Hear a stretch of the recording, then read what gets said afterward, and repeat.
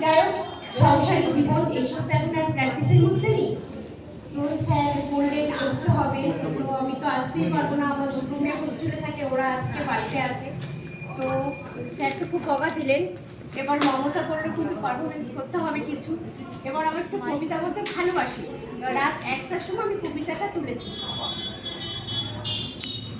Practice করারও সময় পাই, তো তার ভিতর থেকে বলার চেষ্টা করছি।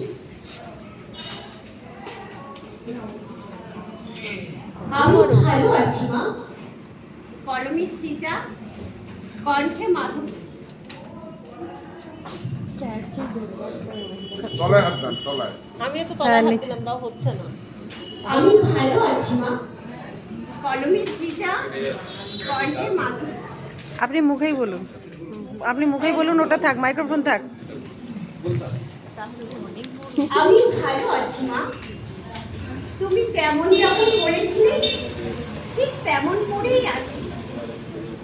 আমি আর আগের মতো এই ভিডিও অত বেশি কথা বলি না, আর কথায় কথায় যে জোরে হাসি বেড়াটা ছিল যা কাটা কেটে গেছে।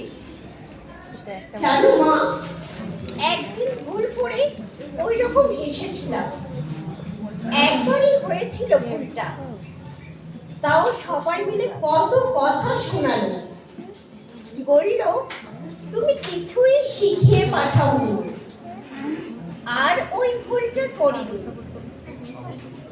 আমি ভোরে উঠে জানো, সবার আগে আমি উঠি, ঠিক যেমনটা তুমি উঠতে।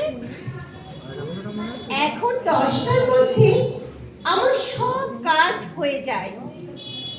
আমাকে কেউ ডাকে না মা, আমাকে একাই উঠে পড়তে হয়। একদিন একদম প্রথম দিকে উঠতে না 9টা বেজে গিয়েছিল। সবাই খুব কথা শোনালো, বলল তুমি নাকি আমাকে কিছুই শিখিয়ে পাঠাওনি, আর কোনোদিন ওই ভুলটা করার সাহস হয়নি। সারাদিনের কাজ শেষে করে সেই রাত 12টা, আবার ভোরে খুব ঘুম পাই জানো তো। আমি ভালো আছি মা, আমি এখন অনেক রান্না করতে পারি জানো। এবার যখন বাড়ি আসবো কত রকম রান্না করব দেখবে।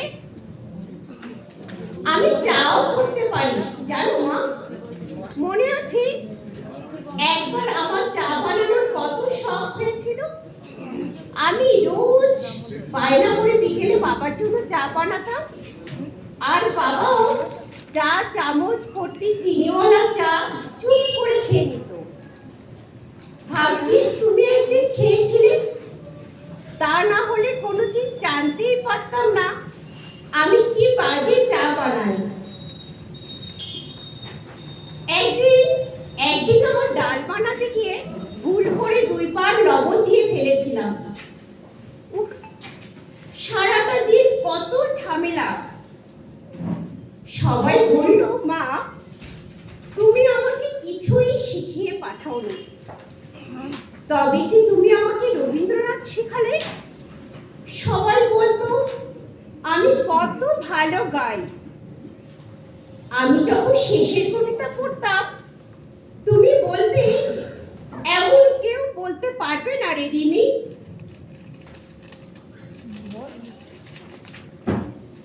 আমার ক্লাস 1 থেকে সব মার্কশিটগুলো তুমি গুছিয়ে রেখেছো।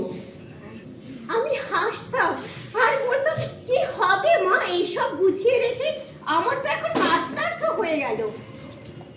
তুমি বলতে ওগুলো আমার শিক্ষা, যা দিয়ে আমি তোকে অন্যের বাড়ি পাঠাবো।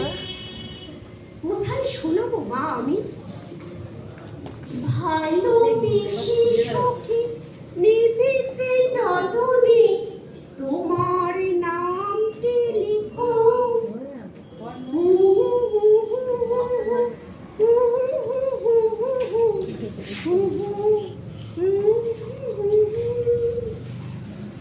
কোথায় ঘুরে বসবো সঞ্জয়িতা?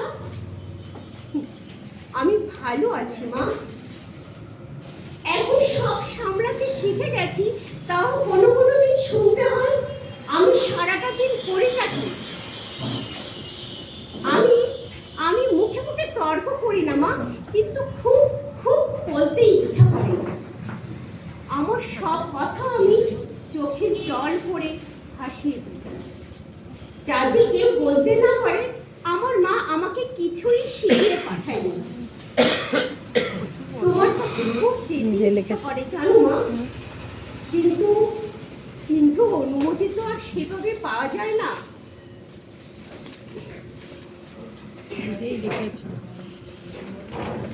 তাই তাই আর কিছুদিন অপেক্ষা করো।